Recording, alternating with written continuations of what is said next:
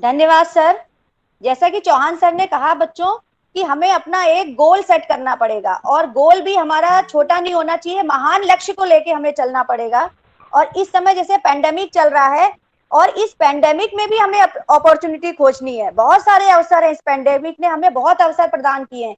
हमें self study करने का मौका नहीं मिलता था। हम लोग कहते थे ना कि अरे स्कूल 4 बजे तक स्कूल रहता है, उसके बाद घर के काम करने होते हैं, कभी कोई गेस्ट आ जाते हैं। तो इस पेंडेमिक ने हमें मौका दिया है कि ना हमारे घर में इस समय कोई गेस्ट आ रहे हैं, ना हमारे विद्यालय खुले हुए हैं, तो हम अपनी सेल्फ स्टडी करें, हम अपने को अंदर से क्या करें, मजबूत करें। और इस चर्चा को आगे बढ़ाने के लिए मैं आमंत्रित करती हूँ हमारे संस्थान के प्राचार्य श्री DS रावत सर का, जो कि आपको अपने वक्तव्य से कुछ मोटिवेट करेंगे। प्राचार्य सर।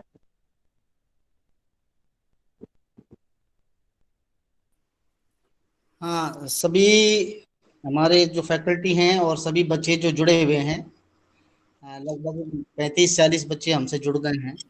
52 बच्चे हो गए सर। इस आवाज आ रही है? हाँ आ रही है सर, आ रही है। हाँ, ये इस प्रोग्राम, ठीक ठीक, 53, हाँ, सभी फैकल्टी मिला करके सभी जुड़ गए हैं।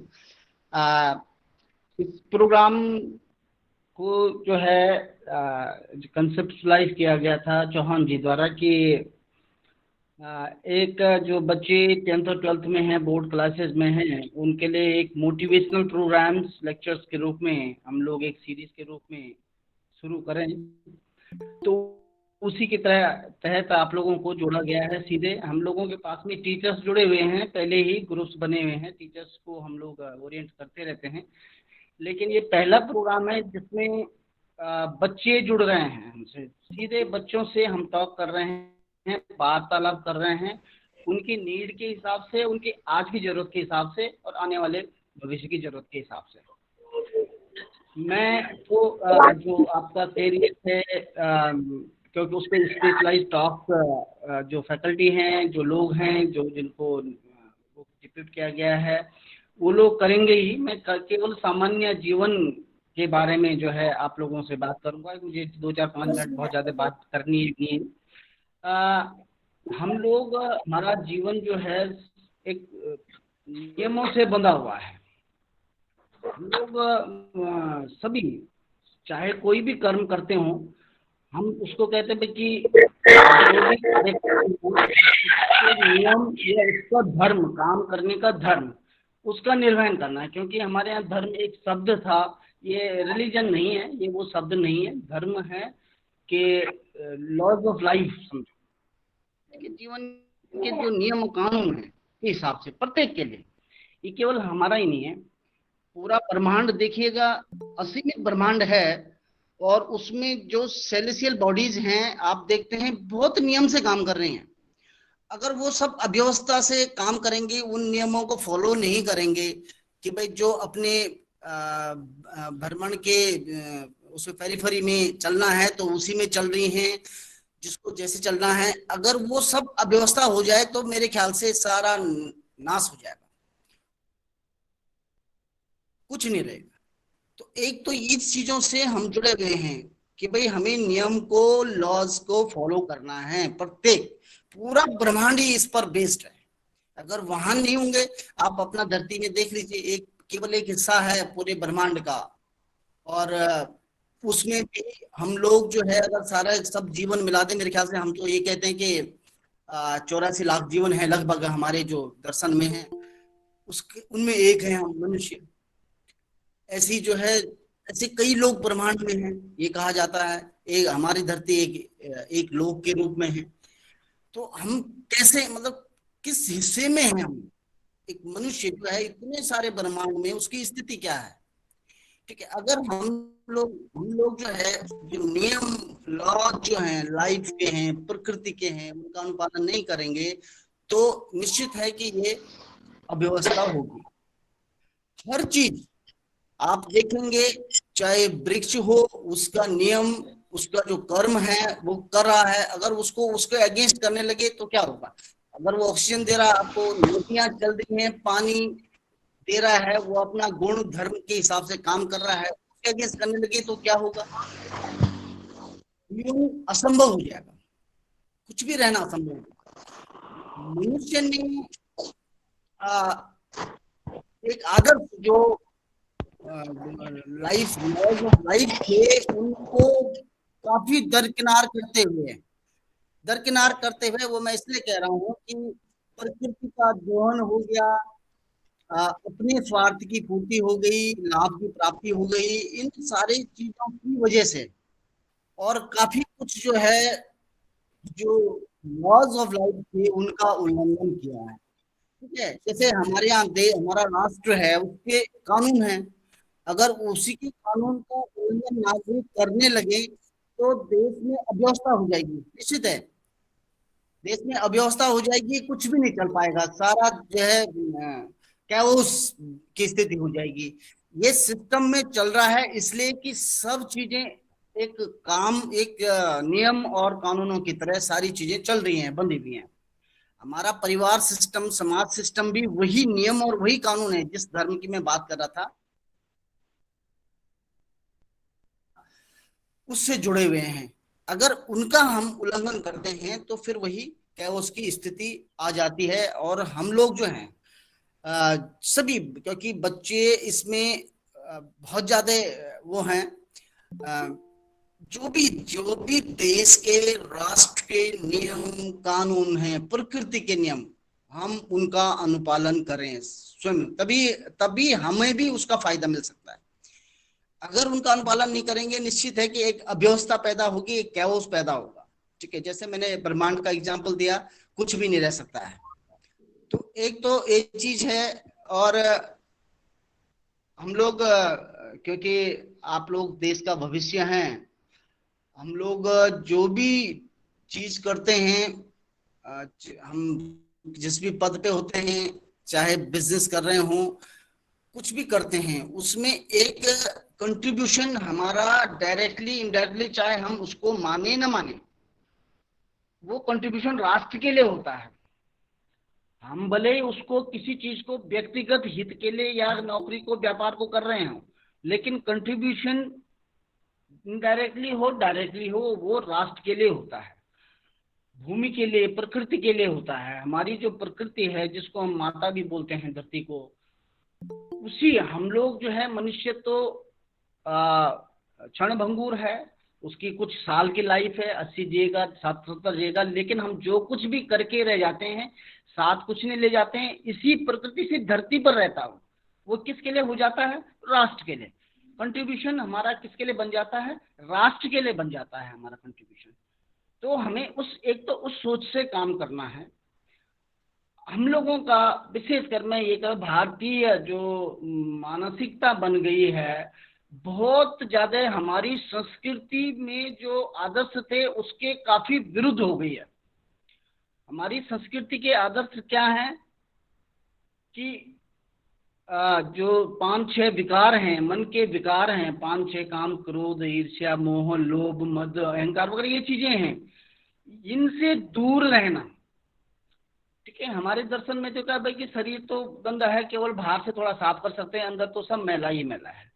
लेकिन मन शुद्ध था। जब बच्चा पैदा होता है, उसके मन में कोई विकार नहीं होता है, कोई चीज ऐसी विकृति, कोई ऐसी चीज नहीं होती है। लेकिन वो धीरे धीरे जब बढ़ता है, समाज के टच में आता है, वही स्वार्थ, लोभ, लालच, ये चीजें कैसे घर कर जाती है, ये समझ में नहीं आ रहा है। हम लोगों को इस चीज से अपने को दूर करना है। हम लोगों का जो जीवन का उद्देश्य है वो यही है, हम एनलाइटन करें अपने को। हम कहते हैं कि महात्मा बुद्ध एनलाइटन हुए, तो एनलाइटन यही हुए कि उनको ये ज्ञान हुआ कि ये सब चीजें, इनसे वो परे हो गए। जो मन के विकार थे, मन के विकार खत्म हो गए, न उनमें क्रोध, लोभ, लालच, मोह, मतलब न परिवार का। हमारे यहाँ तो भारत में साधु संस्कृति है, भले ही ये नहीं कि बस सब साधु बन जाएंगे तो काम कैसा होगा, घर छोड़ देंगे, मोह छोड़ देंगे, ठीक है, लोभ लालच छोड़ देंगे, कोई व्यापार नहीं करेंगे। लेकिन हमारे यहाँ कर्म योग की बात भी है। भगवान शिव कहते हैं ना कि कर्म करिए, फल की चिंता नहीं करनी है। वो जो फल की चिंता नहीं करनी है उसको तो लोगों ने किनारे कर दिया। वो पहले फल की चिंता और कर्म बाद में, फल मिलेगा तो कर्म करेंगे। यही रह गया है ज्यादातर जो है, और सोसाइटी में, समाज में, भारतीय समाज में इस चीज को प्रमुखता ही दे दी गई है ना। चारवाक की जो वो थी कि भाई ऋणम लिवेत घृतम पिबेत, बस ये कह कि मैं ऋण लो, घी पियो और खत्म हो जाओ, इस दुनिया से निकल जाओ। ये हमारा जीवन का उद्देश्य नहीं था, हमारी संस्कृति में ये उद्देश्य नहीं। हमारा उद्देश्य समाज के लिए कुछ देना है, निस्वार्थ भाव से कर करके। हम लोग तो कर्म पे आधारित हैं कि भाई कि हम जैसा कर्म करेंगे वो एक्यूमुलेट होगा, वो आगे वाले हमारी जिस भी जिंदगी में हम जाएंगे। ये मैंने कहा कि भाई 84 लाख जीवन है, तो ये योनिया में कहा जाता है कि आदमी घूम करके आता है, और आदमी का जीवन जो है बहुत मुश्किल से, बहुत मेहनत से प्राप्त होता है। तो उस जीवन को हम ऐसी जाया ना कर दें कि भाई इस लोभ लालच और इन चीजों में फंस करके, और आगे जो है हम अपना परिणति होगी जीवन की, वो भयावह हो, गलत हो। हम एक अच्छा हमारे जीवन की आगे परिणति हो, वो तभी होगा कि हमारा मन शुद्ध हो। तो मन का शुद्धिकरण उसका होना बहुत जरूरी है। बच्चों से विशेषकर मैं इसलिए ये बात भी करता हूँ कि जहाँ भी मैं था, मैं पहले इंटर कॉलेज में 20-10-15 साल पहले था, तो बच्चों से रोज इसी बात को करके बहुत परिवर्तन हुआ। कोई चीज घड़ी से लेके पेन तक, कहीं कुछ किसी को मिलता था तुरंत वो ऑफिस में जमा कर देते थे। बच्चों में इतना परिवर्तन हुआ। तो मेरा मूल उद्देश्य भी यही है, मेरा जीवन का उद्देश्य भी मैं यही मानता हूँ कि मैं कितने लोगों को इस उसमें धारा में ले आऊं कि भाई उनका मन शुद्ध हो जाए, मन परिवर्तित हो जाए।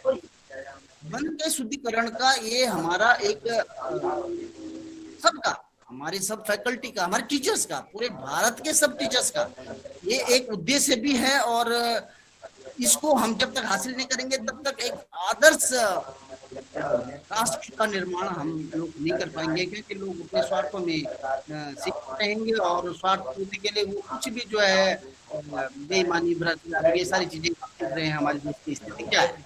हमारे देश की स्थिति तभी सुधर सकती है जब ये चीजें हम वास्तव में अपनी संस्कृति के, सांस्कृतिक दर्शन जो है हमारा, उसको फॉलो करें, उसके अनुरूप चलें। इसलिए हमारे पास में वो है साइंटिफिक, वो भी है, प्रक्रियाएं हैं, योग है। योग के माध्यम से, योग केवल कोई 2-4 आसन नहीं है। योग जो है हमारे यहाँ पूरा बॉडी, हम माइंड को कैसे जो है 10-12% जो साइंस कहता है का ही उपयोग मनुष्य कर पाता है, उसको 10-12 की जगह हम कितना आगे तक ले जाते हैं। जैसे हमारे ऋषि मुनि अनुसंधान करके अधिकतम उसका उपयोग कर लेते थे, और असंभव से असंभव चीजें भी संभव कर लेते थे, क्योंकि अल्टीमेट पावर माइंड के अंदर है। हमारे माइंड की पावर से हम कुछ भी संभव करते हैं। इसीलिए हमारे यहाँ कहा जाता है संस्कृत में, ये मैटर है, ये छद्म है, ठीक है, असली चीज अंदर है। जो हमारे यहाँ जो है शिक्षा या विद्या को भी कहा जाता है परा विद्या, बाहर की विद्या जो है वो that is lower kind of study, education, निम्न स्तर की है। अंदर की है, अंदर से जो एनलाइटेंड हो गया, that is higher level of, अंदर से हो गया। हम लोग बाहर को फोकस कर रहे हैं, अंदर को हम नहीं कर रहे हैं फोकस। तो हमको अंदर से फोकस करना है।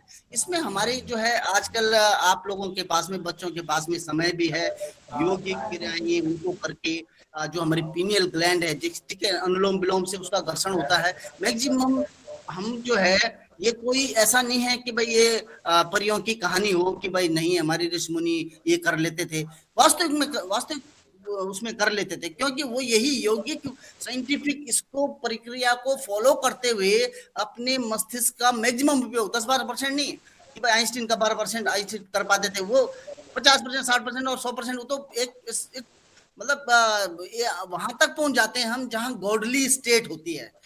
हमारे यहाँ क्यों जो भगवान, जो भी जिनको भी कहा गया है, चाहे महात्मा बुद्ध चाहिए, वो उस स्थिति को चले जाते हैं, माइंड को उतना यूज करने तक चले जाते हैं। अदरवाइज तो ऑलमाइटी तो एक ही है जो इस सारे ब्रह्मांड को नियंत्रित कर रहा है, सब वो कर रहा है। तो वो एक मनुष्य के रूप में उन्होंने उस गॉडली स्टेट को उसी मस्तिष्क में करके उसको हासिल किया है। तो हम लोगों को ये आप लोगों को इस समय भी है कि योग का जरूर जो है वो करें। आप टीवी के माध्यम से भी योग चलता है, बहुत सारे मतलब मीडिया में भी योग का है, तो इस चीज को जरूर आप लोग जो है योग, इसमें समय भी है, उसका उपयोग भी हो जाएगा आपका, और आपका मन से लेकर के शरीर का भी के लिए बहुत उपयोगी और बहुत अच्छा होगा। इसके अलावा जो हम लोग मैंने कहा कि भाई हर एक जो है अपने नियम कानून से बंधा हुआ है, ठीक है। तो हमारे उसमें समाज में हम ये सोचें कि प्रत्येक मनुष्य जो भी रोल कर रहा है, चाहे वो किसान जो सब्जी उगा रहा है, अगर सब्जी नहीं उगाता किसान, अगर अनाज नहीं पैदा करता तो क्या होता? कुछ नहीं। मजदूर अगर बिल्डिंग नहीं बनाता तो क्या, कौन करता उस काम को? प्रत्येक का जो रोल है उसकी अपने जगह पर बहुत इंपॉर्टेंस है, and we should give respect to these. ये जो, इसको हम कभी भी निम्न न कहें कि काम निम्न है। ये काम उतना ही इंपॉर्टेंट है जिसने, जितना टॉप पे बैठा हुआ व्यक्ति काम कर रहा है। ये ऐसी हमारे जहन में ये बात होनी चाहिए, और उन लोगों को रिस्पेक्ट भी उसी हिसाब से दी जानी चाहिए। पैसा इंपॉर्टेंट नहीं होता है। पैसा हमेशा, आप देखिए, चाहे धीरू भाई अंबानी था,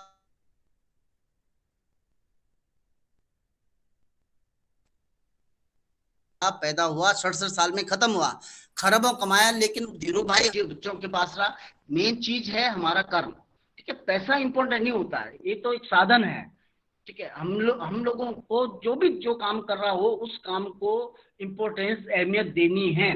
इसलिए हम लोगों को ये नहीं कि भाई मुझे बहुत बड़े पद पे जाना है, कहा जाता है ना, मुझे करना है, ये सोचना है। हमारा जो उद्देश्य, एम्बिशन होना चाहिए, कुछ करने का होना चाहिए, न कि कुछ बनने का कि मुझे बनना है, ठीक है। बन करके कोई अच्छा डॉक्टर कि भाई मैंने तो बड़ा डॉक्टर बनना है, लेकिन डॉक्टर अपने धर्म का निर्वहन नहीं कर रहा है। जैसे मैंने कहा कि प्रत्येक का धर्म है, उसका धर्म क्या है? सही इलाज करना और समय पर इलाज करना। अगर वो आप अपने हॉस्पिटल में पेशेंट को भाई एक दिन की जगह 10 दिन तक खींच रहा है केवल उससे लूटने के लिए, तो वो तो बेकार है, वो तो पाप कर्म कर रहा है। उससे उससे बढ़िया तो न बने कोई डॉक्टर।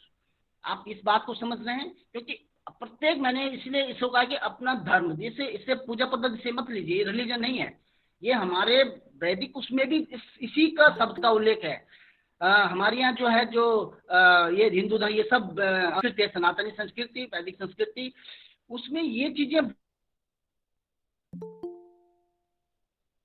बहुत स्पष्ट हैं कि भाई हम लोग कैसा एक आदर्श जीवन जी सकते हैं। आप लोगों का रिजल्ट, आता हूं कि नंबर जीवन नहीं होता है, ये 100% इसको मान लीजिए। जो नंबर, जो मार्क्स आपके आएंगे, दैट इज नॉट फाइनल। हो सकता है किसी का कम हो, किसी का ज्यादा हो, ठीक है। मेन जो मुख्य चीज है कि भाई आपके पास जो है जानकारी कितनी है, आपके पास जो है उसका प्रयोग, उस जो आप ज्ञान है, जो परसेंटेज जिसको हम कह रहे हैं नंबर, उसको जो है अप्लाई करने का, जो व्यावहारिक जीवन में अप्लाई करने के लिए कितनी योग्यता है, मेन चीज वो है। क्योंकि एक नारायण मूर्ति, वो उन्होंने जो है टॉप मोस्ट अकाउंटेंट्स अपने यहाँ रखे कि भाई ये तो टॉपर हैं सारे, चार्टर्ड अकाउंटेंट फर्म उसके इंस्टीट्यूट के टॉपर्स लिए, और जब 2-3 महीने काम करवाया तो उनको सबको निकालना पड़ा, but they were not able to work. मतलब उनका व्यावहारिक ज्ञान कुछ था ही नहीं, उन्होंने थ्योरी सब रटी हुई थी। तो थ्योरी पर न जा करके जो वास्तविक जीवन का ज्ञान है उन किताबों के अंदर, मैं तो गुरु लोगों को भी यही कहता हूं कि भाई आप ये याद करने वाली प्रक्रिया पर मत जाइए, विशेषकर विज्ञान। विज्ञान तो करके करके किया जा सकता है। एक्सपेरिमेंट मत करिए जो डेंजरस हो, खतरनाक हो, लेकिन वो करिए जो आपको किताब में है कि यार ठीक है, मैं इसको करके इसको जो है साबित करता हूँ कि भाई ठीक है, पौधों में प्रकाश संश्लेषण होता है, ये पौधे नीचे से पानी खींचते हैं तो कैसे है, ये करके आप देख सकते हैं और अपने जीवन को जो है उपयोगी बना सकते हैं। क्योंकि किताबों का ज्ञान और व्यावहारिक ज्ञान ये बहुत अलग चीज है। उसको आप जब तक व्यवहार से नहीं जोड़ेंगे, अपने जीवन से नहीं जोड़ेंगे, तो आपके उपयोग में ये बहुत ज्यादा नहीं आने वाला है। तो मैं यही चीज थी, मैंने 5-7 मिनट आप लोगों से बात की, और मुझे विश्वास है आगे भी बात होती रहेगी इस तरह आप लोगों से। जीवन इम्पोर्टेंट है, आपका रिजल्ट आएगा, ये अल्टीमेट नहीं है कि भाई कि किसी का 10 नंबर कम आ गए तो चिंता करनी, ये नहीं है। ज्यादातर मैंने देखा है जो एवरेज हैं वो जीवन में उपलब्धियां हासिल कर, उपलब्धियां मतलब उपलब्धियां ये नहीं कि पद हासिल करते हैं, कुछ चीजों का इन्वेस्टिगेट या इन्वेंट करते हैं जो सामान्य एकेडमिक रूप से लोग रहे हैं। तो इसलिए कभी भी घबराना बात नहीं करोगे तो हम तो आगे मेरे को लगेगा करने की जो है समाज के लिए, समाज को कुछ देने की, इस तरह की सोच आपको होनी चाहिए। त्रिवेदी मैडम। हाँ मैडम, त्रिवेदी मैडम आप आगे कर लीजिए।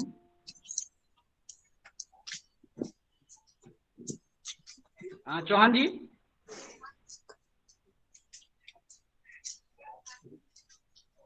बहुत बहुत धन्यवाद सर। सर बहुत बहुत धन्यवाद सर, आपने बहुत सारी बातें बताई। सर की 4 बातें जो हैं वो मुख्य रूप से सर ने बताई हैं। एक तो प्रकृति के अनुसार हमें चलना चाहिए, नियमों का उल्लंघन नहीं करना चाहिए, जैसे सर हमेशा इस बात पे जोर देते हैं, और आदर्श के विरुद्ध काम नहीं करना चाहिए, और कर्मयोगी बनने पर जोर दिया है कि फल की चिंता ना करें।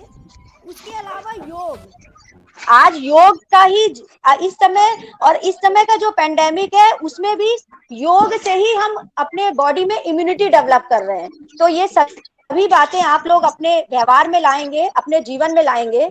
आगे जाने से पहले मेरा एक निवेदन है सभी से, every exam GK, Navneet Singh, आप लोग अपना माइक प्लीज ऑफ करिए, क्योंकि अब जो वक्ता आ रहे हैं वो अब जो वक्ता आएंगे वो यहाँ से नहीं आएंगे, वो बाहर से हैं, वो ऑस्टिन से हैं। तो अगर आप उनको कुछ सुनेंगे, क्योंकि अभी बहुत डिस्टरबेंस हो रहा था, बार बार कोई प्रेजेंट भी कर रहे थे, प्लीज ना कोई स्लाइड प्रेजेंट करिए, आप अपना माइक ऑफ करिए और अपना वीडियो भी ऑफ करिए। अगर वीडियो ऑफ रहेगा तो आपको उनकी बात स्पष्ट रूप से समझ में आएगी। तो इसी के साथ अब हम अपने अगले वक्ता को बुला रहे हैं, जो कि श्री शैलेश पांडे जी हैं, जो कि इस समय सॉफ्टवेयर इंजीनियर हैं, जिन्होंने आईआईएम रोपड़ से, आईआईटी रोपड़ से बीटेक कंप्यूटर साइंस और इंजीनियरिंग में किया है। वर्तमान में एमएस कर रहे हैं ऑस्टिन से। और श्री शैलेश पांडे, ऐसा नहीं है कि शैलेश पांडे बहुत बड़े बड़े शहरों में उन्होंने अपनी शिक्षा हासिल की थी। शैलेश पांडे जी जो है वो पिथौरागढ़ से उन्होंने अपनी शिक्षा हासिल की है, हाई स्कूल इंटर उनके पिथौरागढ़ से हुए हैं। तो इसका मतलब है कि हम कहीं भी अगर करना चाहें, हमारे पास कोई एक गोल है, तो कोई चीज असंभव नहीं है, हर चीज संभव है। जीपीएस से है तो अब हम जीपीएस से है। और अब हम सिंह सर प्लीज आप भी अपना माइक ऑफ कर लीजिए। तो अब हम बुलाते हैं श्री शैलेश पांडे, जो कि हमारे साथ ऑस्टिन से जुड़ेंगे।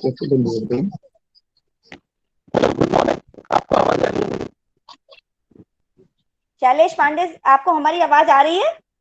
आपको मेरी आवाज आ रही है क्या?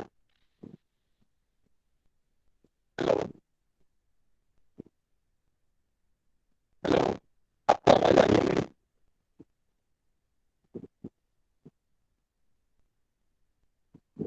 शैलेश पांडे सर, आवाज आ रही है? अब आ रही है क्या आपको आवाज? हाँ आ रही है, मेरे को आ रही है। हाँ, तो पहले शायद आप लोगों को आवाज नहीं आ रही थी मेरी। Good morning. हाँ अब आ रही है सर। ओके, तो जैसा मैम ने इंट्रोडक्शन दिया, थैंक यू। तो मैं थोड़ा सा और मतलब अपना हल्का सा इंट्रोडक्शन दूंगा, उसके बाद शुरू करते हैं। तो जैसा मैम ने कहा, पिथौरागढ़ में मैंने 7th तक पढ़ाई करी। उसके बाद यहाँ रुद्रपुर में जेपीएस में 10th और 12th यहाँ से कंप्लीट किया, रुद्रपुर से ही। फिर बीटेक किया मैंने कंप्यूटर साइंस एंड इंजीनियरिंग में आईआईटी रोपड़ से, और उसके बाद 2 साल बेंगलोर में काम किया है सॉफ्टवेयर इंजीनियर अरिस्टा नेटवर्क्स के लिए। और उसके बाद मैं अभी यहाँ ऑस्टिन में हूँ, university of Texas at Austin से मास्टर्स कर रहा हूँ कंप्यूटर साइंस में ही। और अभी समर वेकेशन चल रही है, एक गैप है 2 सेमेस्टर के बीच में, तो इंटर्नशिप कर रहा हूँ अमेजोन में, तो वो अभी चल रहा है। तो ये हल्का सा इंट्रोडक्शन था मेरे बारे में। अब मैं स्टार्ट करूंगा। मेरे पास ज़्यादा नहीं, बस कुछ 5-6 पॉइंट्स हैं, लेकिन उन पे मैं थोड़ा बात करने की कोशिश करूंगा। और अगर आपको कोई क्वेश्चन होता है तो लास्ट में उसके लिए समय रखेंगे, और लास्ट में कुछ 5-6 मिनट लास्ट में क्वेश्चंस कर लेंगे। तो एक सेकंड में, आपको मेरी स्लाइड दिख रही होंगी। ये स्लाइड आपसे ज्यादा मेरे हाँ आपसे ज्यादा मेरे लिए है कि मैं अपने टॉक को एक सही डायरेक्शन में रखे रहूं। तो बस ये टॉपिक यहाँ पर होगा और उस पर उसके हिसाब से हम बात करते रहेंगे। तो सबसे पहला, मैं ये तो नहीं कह सकता या ये तो नहीं बता सकता आपको कि सफल कैसे होना है, क्योंकि वो तो मुझे भी नहीं पता है, लेकिन उस तरफ कदम कैसे उठाने हैं इस बारे में शायद मैं थोड़ा बहुत बता सकता हूँ कि उस तरफ आप कदम कैसे उठाएंगे। तो आज वही कुछ 5-6 कदमों के बारे में बात करेंगे। सबसे पहला जो किसी भी, मुझे ऐसा लगता है जो मेरी पर्सनल अब तक की जर्नी रही है उसके हिसाब से, कि सबसे पहला कदम होता है कि आप सपना देखें। आंख बंद करके नहीं, आंख खोल के सपना देखें।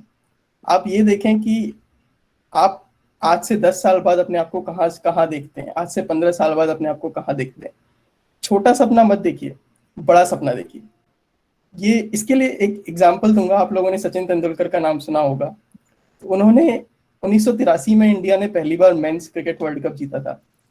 तब वो भी छोटे बच्चे थे, तो उन्होंने सपना देखा कि मुझे भी क्रिकेट वर्ल्ड कप जीतना है अपनी टीम के लिए, अपनी कंट्री के लिए।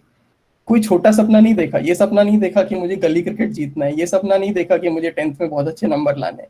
उनका सपना था उस समय से बहुत बाद का और बहुत बड़ा, कि उन्हें वर्ल्ड कप जीतना है अपने देश के लिए। तो और वहां से उनकी जर्नी शुरू हुई और वो फाइनली आके 2011 में खत्म हुई। मतलब खत्म तो तब भी नहीं हुई, लेकिन 2011 में वो सपना उनका रियलाइज हुआ। तो लगभग, और उन्होंने क्रिकेट खेलना शुरू कर दिया था 1989 में। तो 22 साल की जर्नी, उनको 22 साल लग गए अपने सपने को सच करने में, लेकिन वो लगे रहे। तो ये एक थीम है एक सक्सेस की, जिसके ऊपर मैं बेस करूंगा आगे की टॉक। तो सबसे पहला यही पॉइंट कि आप अपना सपना बड़ा देखिए, छोटा मत करिए। अगर आप कहते हैं ना, अगर आप तारों पे निशाना लगाएंगे तो चंद्रमा तक पहुंच ही जाएंगे। तो वो तारों पे निशाना लगाइए, फिर जहां पहुंचेंगे वो बाद की बात है। वो कर्म करना अपने हाथ में, फल जो होगा वो बाद में होगा। दूसरी बात, आप अपने सपने खुद डिसाइड कीजिए। किसी और को मत बताने दीजिए कि आपका सपना क्या होगा। आप ये मत कहिए, ये मत देखिए कि मेरे पापा मुझसे कह रहे हैं, मेरे पेरेंट्स कह रहे हैं कि मुझे इंजीनियर बनना है, डॉक्टर बनना है, या फिर मेरे टीचर्स कह रहे हैं कि मुझे कुछ और बनना है। आप अपना खुद डिसाइड कीजिए। आप सोचिए कि आपको क्या करना अच्छा लगता है, आप क्या करना चाहते हैं। वो सपना केवल आपके अपने लिए नहीं हो सकता है। हो सकता है कि वो सपना आपका पूरी एक सोसाइटी के लिए हो, कि मैं चाहता हूँ कि आज से 10 साल बाद मेरे आसपास, मेरे गाँव में कोई भी आदमी भूखा ना सोए। ये भी एक सपना हो सकता है। तो वो सपना आप डिसाइड कीजिए। ये भी एक बहुत बड़ा सपना है। तो अपना सपना खुद डिसाइड कीजिए। तीसरी बात सपने पे, कि वो सपना सच में देखिए। इससे मैं क्या कहता हूँ, सपना सच में देखिए का मतलब है कि जब आप लेटे हैं, जब आपको नींद नहीं आ रही है, ऐसा सबके साथ होता है कि लेटे हैं, नींद नहीं आ रही है, तो वो इमेजिन कीजिए अपने आप को सपना जीते हुए। इमेजिन कीजिए अपने आप को, जैसे मान लीजिए कि आपका सपना है कि, या सचिन की बात करते हैं, तो सचिन का सपना था कि क्रिकेट वर्ल्ड कप जीतना था। तो वो लेट के अगर ये इमेजिन करिए कि मैं वर्ल्ड कप जीत गया हूँ, मेरे हाथ में वो वर्ल्ड कप की ट्रॉफी है और मैं एंजॉय कर रहा हूँ, तब आपके अंदर वो पैशन आएगा कि आपको वो सपना देखना है। मैं वापस प्रेजेंट कर देता हूँ शायद किसी और ने। हाँ ओके। तो ये वो जो है सपने अपना सच में देखिए, इमेजिन कीजिए अपने आप को सपना जीते हुए, वो सपना देखते हुए। वो बहुत जरूरी है मेरे हिसाब से, क्योंकि वरना आप भूल जाते हैं।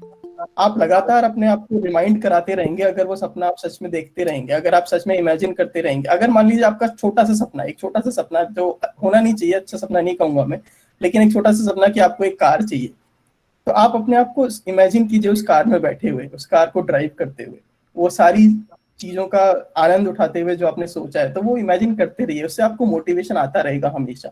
आप भूलेंगे नहीं अपनी बड़ी पिक्चर को। इसमें चौथा पॉइंट फिर सपने में ही, कि कई बार क्या होता है, ये पर्सनल प्रेफरेंस भी होती है कि लोग सपना तो देखते हैं लेकिन उसके बैकअप पे ज्यादा ध्यान देते हैं। वो ये तो देखते हैं कि हाँ मैं ये करना चाहता हूँ, लेकिन उनका ज्यादा ध्यान इस पे रहता है कि अगर ये नहीं हुआ तो क्या करूंगा। उसके बारे में सोचिए, अगर आप चाहते हैं उसके बारे में सोच लीजिए एक बार, लेकिन उसको अपना मेन फोकस मत बनाइए। आपका मेन फोकस ये नहीं होना चाहिए कि अगर ये नहीं हुआ तो क्या हुआ। आपका मेन फोकस होना चाहिए कि ये कंडीशन आनी ही नहीं चाहिए कि मेरा सपना पूरा ना हो। आप ये सोचिए कि अगर ये कंडीशन आ रही है कि सपना पूरा नहीं हो रहा है, तो क्या गलती है। या तो वो सपना गलत देखा था, या तो उसको करने में, या तो उसको अचीव करने में कुछ गलती कर रहे हैं। तो ये बेसिक पॉइंट्स जो सपने के ऊपर मैं बोलूंगा कि ये पहला स्टेप है कि आप कम से कम अपने लिए एक टारगेट तो सेट कीजिए, है ना, उसके बाद हम आगे के बारे में सोच सकते हैं। तो अब जो नेक्स्ट स्टेप होगा सपने के बाद वो है उसकी तरफ कदम कैसे उठाएं। तो उसकी तरफ कदम उठाने का मैं एक यूनिक तरीका, शायद आप लोगों ने इतना ना सुना हो, लेकिन मैं इसको बहुत फॉलो करता हूँ और मैंने अमेजोन में भी सीखा कि अमेजोन एक इतनी बड़ी कंपनी है, ये भी इसको फॉलो करती है, क्योंकि कंपनी का भी अपना एक सपना होता है, उसको अचीव करना होता है, अपने गोल्स होते हैं। इसको बोलते हैं वर्क बैकवर्ड्स। वर्क बैकवर्ड्स मतलब पीछे की तरफ काम कीजिए। मतलब कि आप अपना सपना देखिए पहले दूर में कि अच्छा ठीक है, आज से 10 साल बाद मैं अपने आप को यहाँ देखता हूँ। अब आपने वो देख लिया तो वहां से पीछे चलना शुरू कीजिए कि अगर मैं 10 साल में मुझे यहाँ होना है तो 5 साल में मुझे कहाँ होना चाहिए। अगर 5 साल में मुझे यहाँ होना है तो 3 साल में मुझे कहाँ होना चाहिए। अगर 3 साल में मुझे यहाँ होना है तो 1 साल में मुझे कहाँ होना चाहिए, और फिर मुझे 1 महीने में कहाँ होना चाहिए, और फिर मुझे 1 हफ्ते में कहाँ होना चाहिए। तो आप अपना, अगर देखिए, अगर जैसे यहाँ पे रोड दिख रही है आपको इस प्रेजेंटेशन में, प्रेजेंट कर देता हूँ। तो जैसे इस प्रेजेंटेशन में रोड दिख रही है, तो आपको अपना टारगेट जब दिख रहा होता है तो उस रोड पे आप चल सकते हैं। लेकिन अगर आप ऐसे चलेंगे कि मैं जहां रोड दिख रही है चल जाता हूँ, कहीं ना कहीं मुड़ जाऊंगा, कुछ ना कुछ चले जाऊंगा, तो फिर आप कहाँ पहुंचेंगे आपको वो भी नहीं पता होगा। तो आप पहले अपना टारगेट डिसाइड कीजिए, उसके बाद आप रोड पकड़िए कि कौन सी रोड मुझे चलनी है। तो जब आपने एक टारगेट डिसाइड कर लिया कि अच्छा अब आपको 10 साल बाद मान लीजिए कि आपको मैं एक एग्जांपल ले रहा हूँ कि आपको पढ़ना है, और आप अभी मान लीजिए कोई बच्चा है जो अब जैसे 11th क्लास में, तो ये 2 साल का ही ड्रीम है, तो 2 या 3 साल का। तो आपको ये देखना है कि मुझे 3 साल बाद IIT में होना है। तो आपको ये देखना चाहिए कि अच्छा अगर मुझे 3 साल बाद IIT में पढ़ना है तो मुझे 2.5 साल बाद, 2 साल बाद मुझे एक एग्जाम देना पड़ेगा, उस एग्जाम में मुझे इतने नंबर लाने पड़ेंगे। तो उसके लिए मुझे आज से 1 साल बाद अपना इतना सिलेबस पूरा कंप्लीट कर लेना चाहिए, जिससे मेरे पास इतना टाइम रहे एक्स्ट्रा प्रिपरेशन करने के लिए, जो IIT में एक्स्ट्रा सिलेबस होता है। और फिर उसके लिए आपको ये देखना कि अच्छा अगर मुझे 1 साल में अपना पूरा सिलेबस खत्म करना है तो मुझे आधे साल में आधा कर लेना चाहिए, तो मुझे 1 हफ्ते में उसका इतना पोर्शन कर लेना चाहिए। फिर तो ये प्लान कीजिए, इसको लिख लीजिए। हो सकता है कि ये आप चल ना पाए, ये ऑब्वियस सी बात है कि कोई भी चीज बिल्कुल प्लान के हिसाब से कभी नहीं चलती है। ऐसा बिल्कुल नहीं होगा कि आपने लिख लिया कि आप ऐसा करेंगे और बिल्कुल वैसा ही होगा। बहुत बार होता है कि आप रोड पे चलते हैं और रास्ता खो जाते हैं, लेकिन क्या करते हैं, आपको पता होता है कि आपका डेस्टिनेशन ये है, आपको पता होता है कि अरे मैं यहाँ से दिल्ली जा रहा था तो बीच में मुरादाबाद आना चाहिए था। अब अगर मुरादाबाद नहीं आया और आप रास्ता खो गए हैं तो आप ढूंढेंगे कि अच्छा पहले मुरादाबाद तो पहुंचता हूँ, फिर आगे का देखूंगा वहां से। तो वो कोर्स करेक्शन वो करते रहना चाहिए बीच बीच में। तो जब आपके पास लिखा होगा, आपके पास एक टारगेट सेट होगा कि आज से इतने समय बाद मुझे अपने गोल को अचीव करने के लिए यहाँ होना चाहिए था, तो आप फिर अपने आप को करेक्ट भी कर पाएंगे। सही समय पे आपको पता चल जाएगा कि मैं अभी गलत जगह जा रहा हूँ और मुझे अब सही जगह जाना चाहिए। तो वो गलतियां जितनी जल्दी आप पता कर पाएंगे उतना अच्छा है, उसके लिए भी ये जरूरी है। तो ये वर्क बैकवर्ड्स को अगर मैं समराइज करूं तो यही है कि सबसे पहले आप अपने ड्रीम को दूर तक सोचिए, उसको छोटे छोटे स्टेप्स में तोड़िए, उन स्टेप्स को कहीं लिख लीजिए, उसको समय के हिसाब से लिख लीजिए। फिर वो समय आने पर अपने आप को जज कीजिए खुद ही कि अच्छा 1 हफ्ता हो गया, मैंने सोचा था अपना सपना पूरा करने के लिए मुझे 1 हफ्ते में यहाँ होना चाहिए था, क्या मैं आज वहां हूँ? अगर नहीं हूँ तो क्या गलतियां हुई और उन गलतियों को आगे से कैसे सुधार सकता हूँ। तो हाँ, तो ये काफी जरूरी है, इसलिए कि सपना तो देख लिया लेकिन अब उसकी तरफ कदम बढ़ाने जरूरी है, और बीच बीच में अपने कदम को इवेल्युएट करना जरूरी है। इवेल्युएशन पे एक और बात कि सेल्फ इवेल्युएशन सबसे ज्यादा इंपॉर्टेंट है। किसी और की बातें सुन लीजिए, औरों की क्रिटिक सुनना अच्छा होता है कि आप सुनिए कि दूसरे क्या सोचते हैं, लेकिन जो आप अपना इवेल्युएशन खुद करेंगे, जो आप खुद को, आपको सारी बातें पता है, आपको सारी सच्चाइयां पता है कि आपने कितना मेहनत करी, कितनी मेहनत नहीं करी, आपका सपना क्या था या क्या नहीं है। तो आप अपना इवेल्युएशन खुद कीजिए। और इवेल्युएशन कब किया जाता है? जब कोई बेंचमार्क हो, जब कोई स्टैंडर्ड हो जिसके अगेंस्ट उसे कंपेयर करना है ना। अब आपका नंबर ऐसा नहीं होता ना, नंबर 100 में से होता है, ऐसा तो नहीं होता कि नंबर आ गया और पता नहीं है कितने में से। तो आप अपने आप को इवेल्युएट तभी कर पाएंगे जब आपको पता होगा कि आपको यहाँ होना चाहिए था, तभी तो आप कह पाएंगे कि वहां पहुंचे या नहीं पहुंचे। जब कुछ प्लान ही नहीं था, जब अगर आपको पता ही नहीं होता कि कहाँ जाना था, तो इवेल्युएट कैसे करेंगे? तो इसलिए भी बहुत जरूरी हो जाता है कि आप अपने स्टेप्स को अच्छे से लिख लें, अच्छे से फॉर्मुलेट कर लें और उसके हिसाब से उनको फॉलो करें।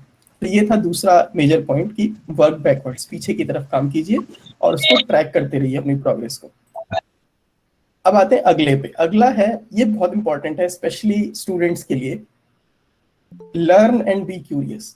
ये लाइफ लॉन्ग प्रोसेस होती है कि आप सीखते रहिए और क्यूरियस रहिए, हमेशा हमेशा क्वेश्चन पूछते रहिए, बहुत जरूरी है। ये पूछते रहिए कि ऐसा क्यों है, ये पूछते रहिए कि ऐसा कैसे है। ये जितने भी क्वेश्चंस हैं, व्हाट, व्हाई, हाउ, व्हेन, क्या है, क्यों है, कैसे है, कब है, या क्या करना है, क्यों करना है, कैसे करना है, कब करना है, ये सारे क्वेश्चंस बहुत जरूरी हैं, केवल आपकी अपने करियर के लिए ही नहीं, पूरे जो भी टॉपिक्स आप पढ़ते हैं उसके लिए भी, चाहे एजुकेशन होगी चाहे लाइफ होगी। हमेशा आप क्यूरियस रहिए, आपको सवाल पूछते रहिए। सवाल पूछने से हमेशा सीखेंगे। देखिए, जब आप सवाल पूछते हैं ना, तब आप ये एडमिट कर रहे होते हैं कि आपको ये नहीं आता है, आपको ये चीज नहीं पता है, तभी आप सवाल पूछ रहे हैं। और सीखने में पहला स्टेप यही होता है कि आप एडमिट करें कि आपको नहीं आता है। अगर कोई व्यक्ति ये कहता है कि उसे सब चीज आती है, तो वो मोस्ट प्रोबेबली गलत बोल रहा है, मोस्ट प्रोबेबली झूठ बोल रहा है, और उससे उसका नुकसान होता है। उससे वो चीज नहीं सीख पाता है जहां पे उसे थोड़ा बहुत आता है। फिर से मैं प्रेजेंटेशन रिज्यूम कर लेता हूँ। तो ये बहुत जरूरी है। पहला स्टेप यही है कि आप एडमिट करें कि आपको नहीं आता। अगर आता है तो बहुत अच्छा है, नहीं आता है तो आप एडमिट कीजिए, खुद से भी एडमिट कीजिए, दूसरे से भी एडमिट कीजिए। आप ये मत सोचिए कि आपको किसी को दिखाना है, किसी को प्रूव करना है कि अरे मुझे सब कुछ आता है। किसी को नहीं प्रूव करना है आपको केवल अपने आप को दिखाना है। तो आप एडमिट कीजिए कि अच्छा नहीं, मुझे ये चीज नहीं आती है। सुनना सीखिए। सुनना ज्यादा जरूरी है बोलने से। अच्छा वक्ता कहते हैं ना कि वही हो पाता है जो एक अच्छा श्रोता होता है। तो अगर आप अच्छा सुनेंगे तभी आप अच्छा बोल पाएंगे। तो सुनना सीखिए, सुनने पे समय लगाइए। जब सारी इंफॉर्मेशन आपने कलेक्ट कर ली है, तब अगर आप जरूरत है तो आप बोलिए। तो बहुत जरूरी है ये पॉइंट। मैं ज्यादा स्ट्रेस नहीं कर सकता, क्योंकि मतलब इससे ज्यादा स्ट्रेस नहीं कर सकता हूँ। ये मैंने बहुत जगह देखा है कि काफी लोगों में, जो मेरे साथ के भी बच्चे थे, जो बहुत अच्छे थे, बहुत मेहनत भी करते थे, लेकिन वो इस बात में हिचकिचाते थे कि उन्हें नहीं आता है, और इससे वो काफी चीजें सीख नहीं पाते थे। तो बहुत जरूरी है कि आप एकदम से मान लीजिए कि जो चीज नहीं आती है, आप सीखिए उसको। तीसरी चीज, लर्निंग कंटिन्यूअस प्रोसेस है। लर्निंग हमेशा होती रहती है। आप ये मत सोचिए कि आप बच्चे हैं तो आप ही को सीखना है। मुझे भी सीखना है, मैं भी अभी सीख रहा हूँ, किसी और को भी सीखना है। आप बहुत वो हो जाएंगे, एक्सपीरियंस हो जाएंगे, उसके बाद भी आपको सीखना होगा। कुछ ना कुछ नया हर दिन सीखने को मिलता रहता है। आपको अपॉर्चुनिटी खुद ढूंढनी पड़ेगी। अगर आप देखें तो हमेशा आपको कुछ ना कुछ सीखने को मिलेगा। इस प्रेजेंटेशन में आपको कुछ सीखने को मिलेगा, इसके बाद अपने पेरेंट्स से कुछ सीखने को मिलेगा, अपने टीचर से कुछ सीखने को मिलेगा। रोड पे चल रहे होंगे तो कुछ हो सकता है किसी से सीखने को मिल जाए, मूवी देख रहे होंगे तो किसी से कुछ सीखने को मिल जाए। तो सीखने को, उसको अपना फोकस बनाइए कि आप कुछ सीख सकते हैं, आप अपने आप को कैसे बिल्ड कर सकते हैं। जैसे सर ने पहले भी कहा था कि आप नंबर पे फोकस मत कीजिए। नंबर एक साइड इफेक्ट है सीखने का। वो अगर आप सीखने पे फोकस करेंगे तो नंबर अपने आप ध्यान रख लेगा। आना होगा तो आ जाएगा, नहीं आना होगा तो नहीं आएगा। और आजकल के युग में नंबर पे कोई तीसरा व्यक्ति भी ध्यान नहीं देता है। खाली 2 दिन आपकी बहुत बड़ाई होगी या बहुत आपको गुस्सा आएगा खुद पर या किसी और को आप पर कि नंबर नहीं आए।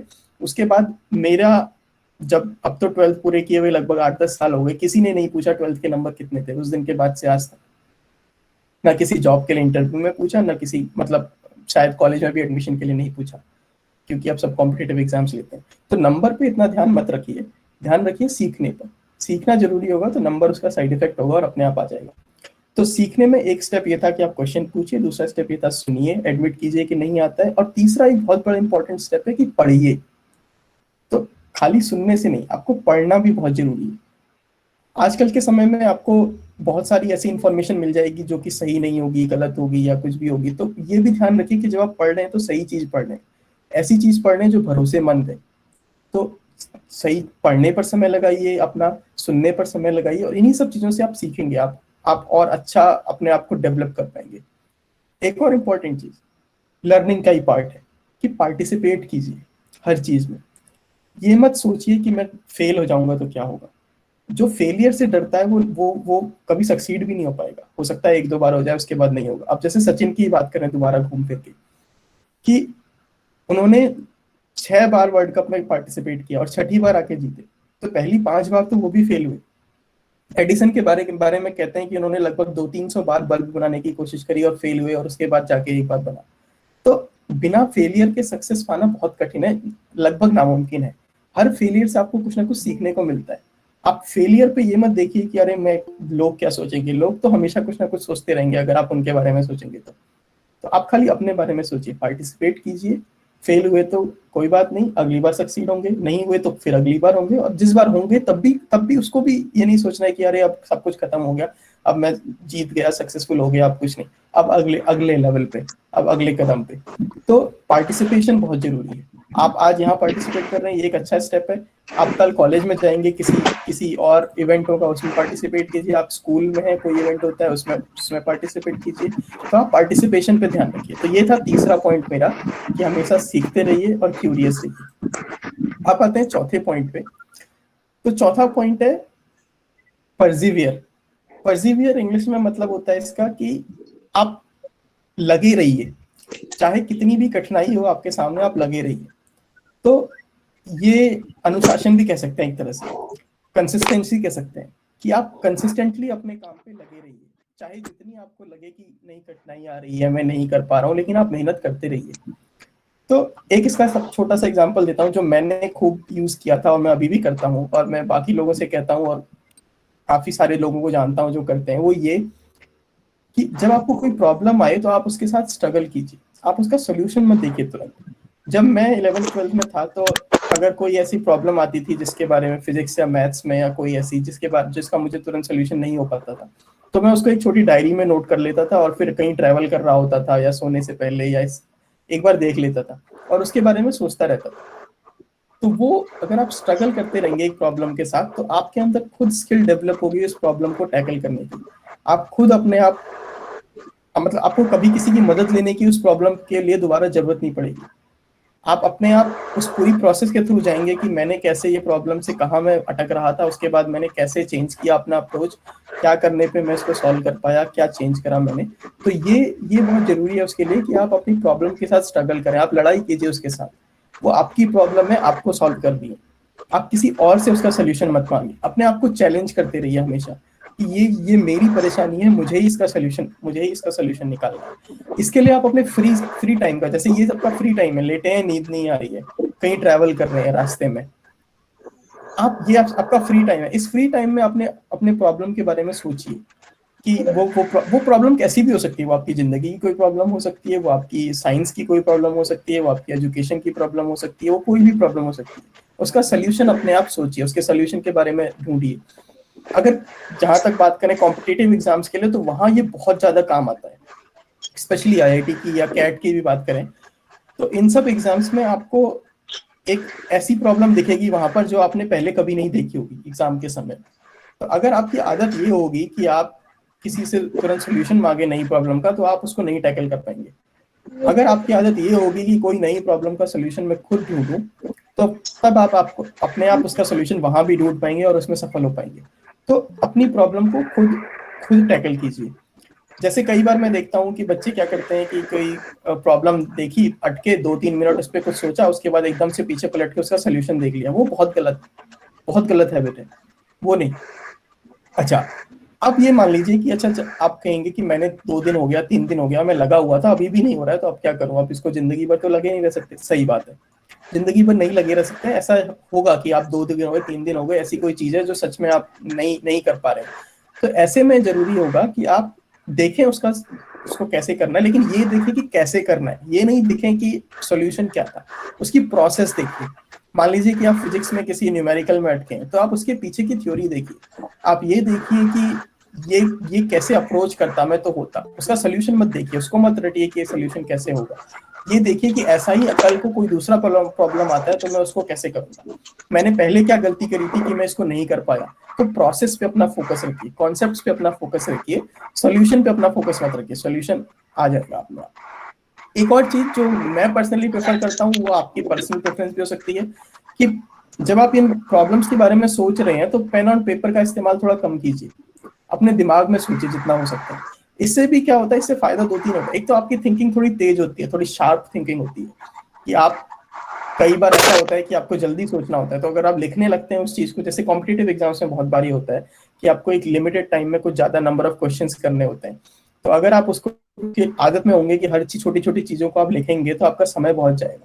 तो उस चीज को अगर आप सोच लेंगे, केवल अपने दिमाग में कर लेंगे, तो आपकी क्रिटिकल थिंकिंग भी इंप्रूव करेगा और उससे भी आपका फायदा होगा। तो ये बहुत ज्यादा जरूरी है, ये परसिवियरेंस, कि आप लगे रहें उस चीज के। जैसे ये इस इमेज में भी, इसीलिए मैंने इमेज चूज करी कि वो उस एक चढ़ाई पे वो पत्थर को पुश करना है, वो कठिन है लेकिन लगे रहना है। कभी वो पीछे आएगा, कभी वो लुढ़केगा, कभी नहीं हो पाएगा, लेकिन लगे रहना है। तो वो जरूरी है कि आप कठिनाई के फेस में भी लगे रहें। तो ये था चौथा पॉइंट, परसिवरेंस।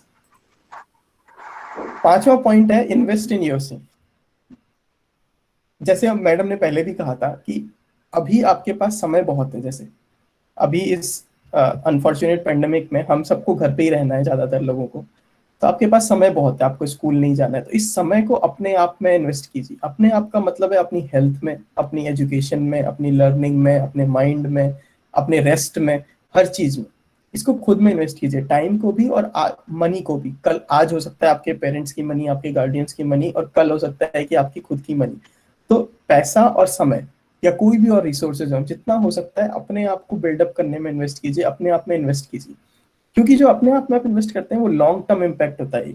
आप अगर आप जैसे मान लीजिए कि आपके पास कुछ पैसा है, आप उस पैसे से दो चीजें कर सकते हैं। या तो आप एक कुछ खरीद सकते हैं ऐसी चीज जिससे आपको इमीडिएट कुछ ना कुछ आपकी अर्ज फुलफिल होगी, आपको लगेगा कि थोड़े दिनों के लिए कि अरे वाह मेरे पास ये चीज आ गई। या फिर आप उससे कोई कोर्स पढ़ सकते हैं, कुछ नई चीज सीख सकते हैं जिससे आप आगे बहुत आपके काम आएगी।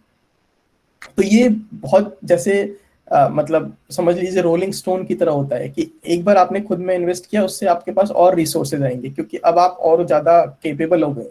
अगर आपने कुछ पैसा अपने आप के इन्वेस्टमेंट में लगाया तो आप और ज्यादा पैसा शायद कमा पाएंगे। अगर आपने कुछ समय अपने इन्वेस्टमेंट में लगाया तो आप शायद आगे का काम इतनी जल्दी कर पाएंगे कि आपके पास और समय बचेगा। तो ये जो इन्वेस्टमेंट होता है अपने आप में, ये काफी ज्यादा, इसका जितना रिटर्न ऑन इन्वेस्टमेंट होता है उतना किसी और चीज का नहीं होता। तो जितना हो सकता है अपने आप में इन्वेस्ट कीजिए। जैसे मैंने भी पर्सनली एक चॉइस करी कि जब मैं जॉब कर रहा था बेंगलोर में, तो कि वो जॉब छोड़ के मैं एक और डिग्री करने आऊँ, एक और मास्टर्स करने आऊँ कहीं बाहर से, कोई एक दूसरा एक्सपीरियंस लेने आऊँ। तो वो इन्वेस्टमेंट एक एक्सपीरियंस में, वो इन्वेस्टमेंट एक एजुकेशन में मैंने लिया। हाँ, वो हो सकता है कठिन होता है, कठिन डिसीजन होता है, फाइनेंशियली कठिन होता है, पैसा काफी लगता है, समय काफी लगता है, जॉब छोड़ दी, लेकिन वो डिसीजन आपके खुद का डेवलपमेंट करता है और उससे आपको आगे और ज्यादा समय या और ज्यादा रिसोर्सेज मिल जाते हैं। तो इन लॉन्ग टर्म इम्पैक्ट को ध्यान में रखिए, मटेरियल अर्जेस को नहीं। ये फिर से मैं टाई अप करूंगा फर्स्ट पॉइंट से, ड्रीम वाले से, कि जब आप अपना सपना दूर तक देखिए, अगर आपने देखा होगा पहले से, तो आपको ये रियलाइज अपने आप हो जाएगा कि नहीं, मेरा खुद का डेवलपमेंट ज्यादा जरूरी है कंपेयर टू कोई ऐसी चीजें खरीदने की या ऐसी चीजों में इन्वेस्ट करने की। फिर से वही चीज कि अगर आपको खुद में इन्वेस्ट करना है तो उसके 3-4 चीजें जरूरी है करना। पढ़िए, पढ़ने से अच्छा इन्वेस्टमेंट समय का, पैसे का कुछ नहीं हो सकता। सीखिए चीजों को, क्वेश्चन पूछिए हमेशा, एक्सरसाइज कीजिए, अपनी बॉडी का भी ध्यान रखिए उतना ही, अपनी बॉडी में भी उतना ही इन्वेस्ट कीजिए जितना आपको अपने माइंड में करना है।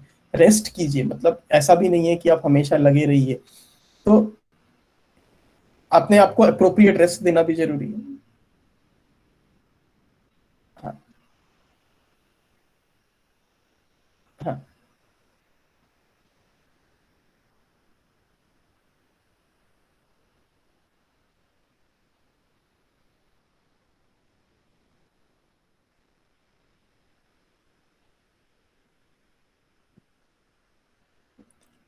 तो अब उसके बाद मैं आखिरी एक पॉइंट, मैंने वही कहा था बस 5-6 पॉइंट्स हैं, तो प्रेजेंट दोबारा कर देता हूँ। तो आखिरी पॉइंट है मेरा एंजॉयमेंट, कि आप एंजॉय कीजिए जो भी आप कर रहे हैं, चाहे वो जो भी है, चाहे आप पढ़ रहे हैं, चाहे आप खेल रहे हैं, चाहे आप किसी की मदद कर रहे हैं, चाहे आप सो रहे हैं, कुछ भी कर रहे हैं, आप उसको एंजॉय कीजिए। अगर आप उसको एंजॉय नहीं कर रहे हैं तो कुछ ना कुछ गलत है। या तो आप सही चीज नहीं कर रहे हैं, या तो आप थक गए हैं करते करते, आपको आराम करने की जरूरत है, या फिर आप गलत तरीके से कर रहे हैं, आपको अपना तरीका बदलने की जरूरत है। तो ये जैसे ये भी हो सकता है, कई बार मेरे साथ बहुत होता था कि मैं आधे घंटे से ज्यादा एक साथ कभी बैठ के पढ़ नहीं पाता था। मैं हर आधे घंटे में उठ के कुछ ना कुछ बहाना ढूंढ के इधर उधर चले जाता था, कि कभी मुझे पानी पीने जाना है, कभी मुझे घूमने जाना है, कभी कुछ करना है, क्योंकि मैं इंजॉय नहीं करता था उस आधे घंटे के बाद। तो वो उसके बाद बैठने का कोई मतलब नहीं था। अगर मैं कोई मुझे जबरदस्ती आधे घंटे से 1 घंटे बैठाता, तो उस आधे जो एक्स्ट्रा आधा घंटा ऐड हुआ उसका मुझे कुछ फायदा नहीं होता।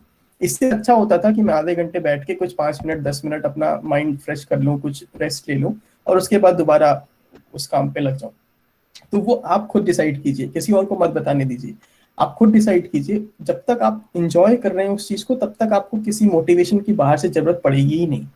आप अपने आप अगर क्यूरियस होंगे फिजिक्स के बारे में, अगर मैं लूं कि ऐसा क्यों होता है, रेनबो क्यों बनता है, अगर आप उसके बारे में इतना क्यूरियस होंगे, उसको एंजॉय करेंगे, तो आप अपने आप उसको खुद पढ़ेंगे, अपने आप उसके बारे में ढूंढना चाहेंगे, अपने आप उसके बारे में डिटेल्स में काफी डिटेल में जाना चाहेंगे। तो इसलिए बहुत जरूरी है कि आप उसको एंजॉय कीजिए अपने काम को। वो फिर से ये भी आता है कि हर किसी की बातें सुनिए, बहुत जरूरी है। जैसे मैंने हमेशा कहा कि सुनना जरूरी है। हर किसी के एक्सपीरियंसेस को सुनिए, आपसे बड़े के एक्सपीरियंस को सुनिए, आपसे छोटे के एक्सपीरियंस को सुनिए, सबके एक्सपीरियंसेस को सुनिए। क्योंकि ऐसा हो सकता है, देखिए आप जो जिंदगी जी रहे हैं, हो सकता है दूसरे ने उससे बहुत अलग जिंदगी जी हो, और कल आपके पास ऐसी कोई सिचुएशन आए जो दूसरे ने जी हुई है, हो सकता है कि उनका एक्सपीरियंस आपके काम आ जाए उसको टैकल करने में। तो बहुत जरूरी, आप ये मत सोचिए कि ये मुझसे छोटे हैं या ये मुझसे बड़े हैं। हो सकता है एक छोटे से बच्चे का भी ऐसे एक्सपीरियंसेस हो जो आपने अभी तक ना लाइफ में अपने फेस किए हो। तो हर एक्सपीरियंस को उनके बारे में सुनिए, लेकिन अपने डिसीजंस अपने आप लीजिए। फाइनली अपने आप इतना स्ट्रांग बनिए कि आपको अपने डिसीजंस खुद लेने हैं। कोई इंजीनियर आपको बता सकता है कि इंजीनियर होना कैसा है, कोई डॉक्टर आपको बता सकता है कि डॉक्टर होना कैसा है, लेकिन वो डिसीजन आपको खुद लेना है कि आपको डॉक्टर बनना है या इंजीनियर बनना है या क्रिकेटर बनना है या म्यूजिशियन बनना है या कुछ भी बनना है। वो सबके एक्सपीरियंसेस सुनिए, लेकिन वो डिसीजन अपने आप खुद लीजिए, अपना रास्ता आप खुद बनाइए और उस रास्ते को एंजॉय कीजिए। फाइनली अगर आप जो भी काम कर रहे हैं आज से 10 साल बाद, अगर आप उसमें एंजॉय नहीं कर रहे हैं खुद को, अगर आपको मजा नहीं आ रहा है, अगर आपको ये लग रहा है कि बर्डन है, कि आपको जबरदस्ती करना पड़ रहा है, आपको पेट पालने के लिए करना पड़ रहा है, तो उसको करने का कोई मतलब नहीं। आप हम बाद में रियलाइज करेंगे इस बात को कि आपको लगेगा कि आप फंसे हुए हैं, आपको ऐसा लगेगा जैसे आप किस जेल में कैद हैं। तो उसकी कोई जरूरत नहीं है। आप अभी से अपने आप को ध्यान उस पर लगाइए कि आप क्या एंजॉय करते हैं। क्या आप साइंस एंजॉय करते हैं तो आप साइंस में जाइए। क्या आप खेलना एंजॉय करते हैं, आप उस तरफ देखिए कि क्या कर सकते हैं आप। क्या आप कुछ और डॉक्टर बनना एंजॉय करते हैं, उस तरफ अपना ध्यान डालिए। क्या आप राइटिंग एंजॉय करते हैं तो देखिए कि राइटर बन सकते हैं क्या आप गेम बनाना एंजॉय करते हैं तो देखिए गेम कैसे बनाते हैं लोग। गेम खेलना एंजॉय करते हैं तो देखिए गेम खेलने वालों का क्या करियर होता है उसमें लोग। तो आप कुछ भी करते हैं, हर चीज में एक करियर बना सकते हैं। अगर अब तक कोई करियर नहीं है तो आप शुरू कर सकते हैं, है ना। पहली बार जब कोई म्यूजिशियन आया होगा तो लोगों ने पहले तो काफी बोला भी था कि अरे ये थोड़ी कोई करियर होता है, आप खाली या तो डॉक्टर बनिए, इंजीनियर बनिए। लेकिन उसने अपना करियर बनाया, लोगों ने अपना करियर बनाया उसमें। एक क्रिकेटर अगर इस बात पे अड़ा नहीं होता कि उसे क्रिकेटर बनना है तो शायद हमारी सोसाइटी ने उसने नहीं बनाया होता, उसे कहा होता कि आप पढ़िए, आप भी साइंस लीजिए। तो वो रास्ता आपको खुद बनाना है। अगर आपको ये लगता भी है कि नहीं मुझे कुछ दिख नहीं रहा, तो आप अपने आप रास्ता खुद बनाइए, अपनी उस जिद पे अड़े रहिए कि अपने सपनों को पूरा करने के लिए वो रास्ता आपको खुद बनाना है। तो यही मेरे 5-6 पॉइंट्स थे। मैं एक बार दोबारा सारी स्लाइड्स में जाके, जिससे कि वो लिंक हो जाए। तो सपना देखिए, उस सपने को छोटे छोटे स्टेप्स में ब्रेक कीजिए, उसकी तरफ अपने कदम बैक मतलब पीछे से उसको ट्रैक कीजिए और उस तरफ अपने कदम बढ़ाइए। हमेशा सीखने के लिए तत्पर रहिए, हमेशा क्यूरियस रहिए, हमेशा क्वेश्चंस पूछते रहिए। एडमिट कीजिए कि आपको नहीं आती है कोई चीज़, और जब आप एडमिट करेंगे तभी आप सीख पाएंगे। सुनिए, पढ़िए, फेल होने से डरिए मत, लगे रहिए किसी काम में, किसी प्रॉब्लम से स्ट्रगल करते रहिए, तुरंत उसके सोल्यूशन के पीछे मत भागिए। अगर आपको देखना भी पड़ रहा है उसका सोल्यूशन, तो उसकी प्रोसेस के पीछे भागिए कि किस प्रोसेस से वो सोल्यूशन आता है। अपने खाली समय का इस्तेमाल कीजिए अपनी प्रॉब्लम्स के बारे में सोचने के लिए। अपने आप में इन्वेस्ट कीजिए, अपना समय, अपना पैसा, अपने जो भी रिसोर्सेज और हो सकते हैं उसको अपने आप में इन्वेस्ट कीजिए। अपने लॉन्ग टर्म इम्पैक्ट के बारे में सोचिए। खाली माइंड ही नहीं, बॉडी पर भी इन्वेस्ट कीजिए। एक्सरसाइज कीजिए, पढ़िए, जैसा सर ने पहले कहा था, योगा कीजिए, सुनिए, सीखिए, ये सब अपने आप में इन्वेस्ट कीजिए। और फाइनली एंजॉय कीजिए। अगर आप एंजॉय नहीं कर रहे हैं तो फिर किसी भी चीज़ का, इन सब चीज़ों का कोई मतलब नहीं। आप एंजॉय कीजिए, देखिए आपके लिए क्या एंजॉयमेंट होगा। बस इतना ही है। अगर आपको कोई क्वेश्चंस है तो अब मैं क्वेश्चंस ले सकता हूँ थोड़ी देर। Thank you. बहुत बहुत धन्यवाद सर, वंडरफुल प्रेजेंटेशन। जो आपने अपना स्लाइड शो से जो बच्चों को बताया वो उनके जीवन में बहुत ही फ्रूटफुल होगा। अगर हम सर के प्रेजेंटेशन को, सर तो नहीं कहूंगी, शैलेंद्र ही कहूंगी, शैलेश ही कहूंगी कि अगर शैलेश के प्रेजेंट, हाँ क्योंकि आप बहुत छोटे हैं अभी। अगर हम शैलेश के प्रेजेंटेशन को देखते हैं तो ड्रीम, ये कहते हैं कि हमें अपने बड़ा सपना देखना है। सपने कभी छोटे मत देखिए, क्योंकि अगर हम बड़ा सपना देखेंगे तभी हम उस सपने तक पहुंच पाएंगे। और उस सपने के में क्लैरिटी भी होनी चाहिए। सर कह रहे खुद डिसाइड करिए अपने सपने को। हर जगह चीज संभव है, हर जगह कैरियर है। अगर हमारी उसमें क्लैरिटी होगी, तभी हम उसके लिए जो हमें करना होगा हम सब कुछ करेंगे जो इसको बनने में हमारी मदद करेगी। ये कभी मत सोचिए कि ये अच्छा ये खराब, हर जगह संभव है, अपॉर्चुनिटी हर जगह है। तो अगर आपको शैलेश से कुछ पूछना है बच्चों तो तुम लोग पूछ सकते हो। कोई कुछ पूछना चाह रहा है, अपनी जिज्ञासा को शांत करना चाह रहा है? अगर नहीं है तो चैट बॉक्स में कर दीजिएगा। हाँ, भूपेंद्र शाही। हेलो सर, नमस्ते। हाँ नमस्ते बेटा, पूछो। जी नमस्ते सभी टीचर्स को। जी मेरी आवाज आ रही है? हाँ आ रही है, पूछो। हाँ हाँ आ रही है। जी सर, मैं ये पूछना चाहती थी, जैसे आपने कहा कि ड्रीम्स देखने चाहिए। एब्सोल्युटली सभी बच्चे अक्सर ड्रीम्स ही देखते हैं। जैसे हम बड़ा ड्रीम्स देखने के लिए बोला, हम देखते हैं कुछ, किसी के भी छोटे ड्रीम्स होते हैं, किसी के बड़े ड्रीम्स होते हैं। ड्रीम्स तो होते हैं, सपने ही होते हैं। लेकिन जैसे हम कोई बच्चे बड़े सपने देखते हैं तो उनके लिए वो एकदम से उसको प्रोवाइड नहीं कर पाते, एकदम से सक्सेस नहीं हो पाते उसी पर। तो उनको क्या करते हैं, वो तोड़ लेते हैं। जैसे कि सीढ़ियों में, जैसे हम कहते हैं कि सीढ़ियाँ चढ़ के ही ऊपर पहुंच पाते हैं करके, तो कभी कभार ऐसा होता है उसे सीढ़ी को चढ़ने में भी बहुत टाइम लग जाता है। तो कभी हमारे पास टाइम भी नहीं हो पाता, और कभी अगर टाइम हो भी तो ऐसा होता है कि हम दोनों तरफ अपना ध्यान नहीं कर पाते, दोनों चीज को अच्छी तरह से नहीं कर पाते हैं। तो हमें क्या करना चाहिए, दोनों तरफ अच्छे से कर पाएं और जो चीज सोची है उसको कंप्लीट भी कर पाएं? बहुत बहुत बहुत अच्छा क्वेश्चन है ये। मतलब थैंक यू क्वेश्चन पूछने के लिए, क्योंकि ये ऐसी चीज है जो हर किसी को एक ना एक बार मतलब गुजरना पड़ता है इससे, कि जब आप अपनी ऐसी स्टूडेंट लाइफ में खासकर होते हैं तो आपको पढ़ना भी है, आपके कुछ अपने ड्रीम्स भी हैं जो लग रहा है कि कभी पूरे नहीं हो पाएंगे या फिर कैसे उसके बारे में सोचेंगे। तो वहां पर ये मैं दूसरा पॉइंट जो मेरा था वर्क बैकवर्ड्स, उसके बाद उसके ऊपर जाऊंगा दोबारा, कि देखिए आपको अपनी सिचुएशन पता होगी, आपसे अच्छी आपकी सिचुएशन किसी और को नहीं पता होगी। मान लीजिए कि आपका ड्रीम है आज से 10 साल बाद कुछ करने का, तो आप, या आज से 1 साल बाद कुछ करने का, तो आप ये सोचिए कि उससे पीछे कैसे चल सकते हैं। कि अगर आपको 1 साल बाद वहां होना है तो 5 साल बाद कहाँ हो सकते हैं, और ये मतलब 1 साल बाद वहां होना है तो 6 महीने बाद कहाँ हो सकते हैं, या फिर 1 महीने बाद कहाँ हो सकते हैं। तो उसको छोटे छोटे स्टेप्स में तोड़ लीजिए। जब आप एक बड़ी चीज को एक साथ, एक बड़े पत्थर को एक साथ हिलाना चाहेंगे तो कठिन होगा, अगर उसको छोटे छोटे टुकड़ों में तोड़ के करेंगे तो आसान होता है।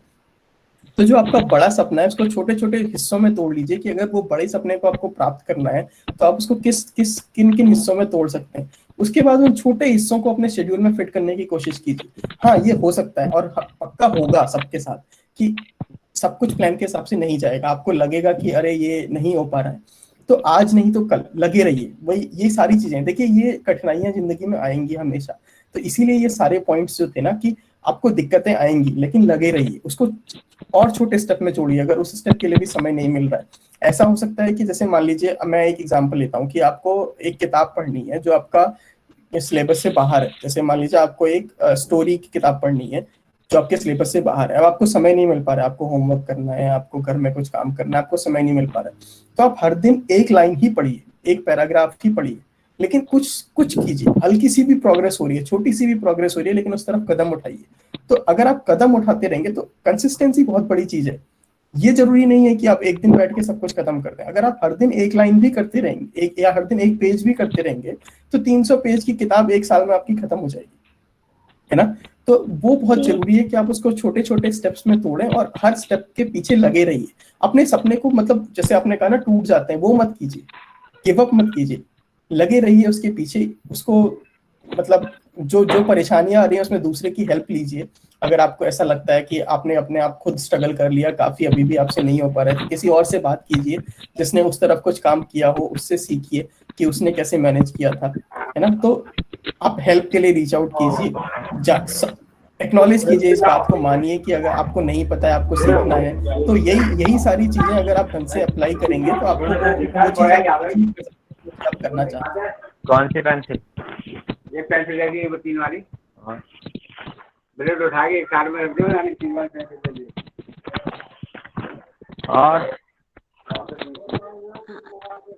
रवि कुमार कुछ कहना चाह रहे हैं? रवि कुमार को नहीं है। नहीं तो अपना माइक ऑफ कर दीजिए, म्यूट हो जाइए। जी सर, आपने बताया तो सही, लेकिन सर एक और बार अच्छी दीजिए। मैं ये कह रही हूँ कि अगर हमारे पास हमने उसको ड्रीम्स को तोड़ लिया है, तो अगर हम करते हैं तो जो टाइम उससे वेस्ट होता है, तो सर कभी कभार बच्चों के पास वो टाइम नहीं हो पाता है। अब मान लीजिए कर भी रहे हैं और अगर हम हमें वेस्ट करना है तो सर उसको वेस्ट करने के लिए कैसे करना पड़ेगा? कभी कोई बच्चे नहीं कर पाते हैं waste। आपकी आवाज नहीं आ रही, एक बार रिपीट कर सकते हो क्या? अरे समझ में नहीं आ रहा। रवि कुमार अपना माइक ऑफ कीजिए। रवि कुमार माइक ऑफ करिए, सुनाई नहीं दे रहा है। करें, मोबाइल हैंग कर रहा है। हेलो, हाँ बोलिए। हेलो जी सर, मैं ये कह रही हूँ आपने बताया सही बताया है, लेकिन मैं आपसे जो क्वेश्चन पूछना चाह रही हूँ आप प्लीज अच्छे से बता दीजिए कि जैसे मैं कह रही हूँ कि जैसे हमारे ड्रीम्स है, अगर हमने उसको तोड़ लिया तो अगर हम जैसे अब चल रहे होते हैं, अगर ऐसा होता है ना जैसे सीढ़ी है उसमें 5 स्टेप हैं, अगर हम 2 स्टेप भी चल रहे हैं तो 3 स्टेप बच जा रहे हैं। तो हमें ऐसा होता है ना 2 स्टेप चलने के बाद आगे बढ़ने में प्रॉब्लम हो जाती है, या फिर कहीं और जाना पड़ जाता है, किसी चीज को ज्वाइन करना पड़ जाता है, तो हम दोनों चीज को बेस्ट करना चाहते हैं, तो उसके लिए क्या करना होगा? देखिए, इसके लिए जरूरी है टाइम मैनेजमेंट, कि आप अपना समय, मतलब देखिए ऐसा तो नहीं, आपके पास समय तो लिमिटेड है ना, है तो 24 घंटे ही, और आपको अगर वो करना है तो आपको उसके लिए समय निकालना पड़ेगा। मतलब इसके लिए कोई मैं आपको जादू की छड़ी नहीं बता सकता कि आप ये छड़ी घुमाएंगे और आपके पास एक्स्ट्रा समय आ जाएगा जिसमें आप अपने वो 3 स्टेप बाकी पूरे कर लेंगे। आपको अपना टाइम खुद मैनेज करना पड़ेगा। आपको देखना पड़ेगा कि ये 24 घंटे, इनमें से 8 घंटे मैं सोने पे निकालता हूँ या निकालती हूँ, इनमें से इतने समय में इस काम को करता हूँ, तो आपको उसमें से वो समय निकालना पड़ेगा अपने लिए। या फिर हफ्ते में आपको देखना पड़ेगा कि अगर मैं 5 दिन ये काम कर रही हूँ और मुझे अपना भी कुछ काम करना है तो 2 दिन मुझे उसके लिए निकालने पड़ेंगे। तो वो समय वो उसके लिए कोई भी मतलब ऐसा वो नहीं है, कोई जादू नहीं है, कोई नियम नहीं है जिससे आपका वो समय निकलेगा। आपको वो टाइम मैनेजमेंट अपने आप खुद करना पड़ेगा। आप लिख लीजिए, एक चीज ये बता सकता हूँ मैं कि आप लिख लीजिए हर हफ्ते का कि आपको इस हफ्ते ये काम करना है, ये काम पूरा करना है। आप उसके लिए समय एलोकेट कर लीजिए कि ये काम मुझे इस समय करना है, और उस समय बैठ के वही काम कीजिए। ये फिर मैं सबके लिए रिकमेंड नहीं करूंगा, ये बहुत पर्सनल चॉइस होती है। जैसे कुछ लोगों को इससे बहुत फायदा होता है और कुछ लोग ऐसे नहीं कर पाते हैं। कुछ लोग कहते हैं कि नहीं, समय जब बन जाता है तब मैं नहीं कर पाता हूँ। तो वो हर किसी की अपनी पर्सनल चॉइस होती है। आप ट्राई कीजिए, अगर आप, हो सकता है कि आपके लिए अच्छा लगे, आपको अच्छा लगे कि आपने अपना एक समय निर्धारित किया है कि इस समय में अपने उस जो 3 स्टेप बचे हुए थे उस पर काम करूंगी, इस समय में उन 3 स्टेप के लिए अपना जो प्रॉब्लम जिस चीज पे अटकी हुई थी उसको सॉल्व करूंगी, इस समय में किसी और से बात करूंगी। तो मतलब जो रिसोर्स मैनेजमेंट है, चाहे वो आपका टाइम मैनेजमेंट है, चाहे वो आपका कुछ और प्रॉब्लम है उसका मैनेजमेंट है, तो वो मैनेजमेंट काफी जरूरी है कि आप उसके बारे में मतलब अपना समय निकाल के उसको मैनेज कीजिए, अपना समय निकाल के उसके लिए अलग रखिए कि इस समय मैं अपने इस ड्रीम को टैकल करूंगी। और वो जब छोटे पार्ट होंगे ना तो उसको ऐसे समय निकालना आसान होगा। आप एक घंटे में थोड़ा ही काम कर सकते हैं ना, 1 घंटे में अपना पूरा सपना अचीव नहीं कर सकते। 1 घंटे में एक ही सीढ़ी चढ़ सकते हैं, 1 घंटे में एक सीढ़ी चढ़ने में भी हो सकता है थोड़ी, और ऐसा होता है बहुत बार कि आप गिरेंगे और चढ़ेंगे और फिर गिर जाएंगे, तो उससे आपको डिमोटिवेट होने की जरूरत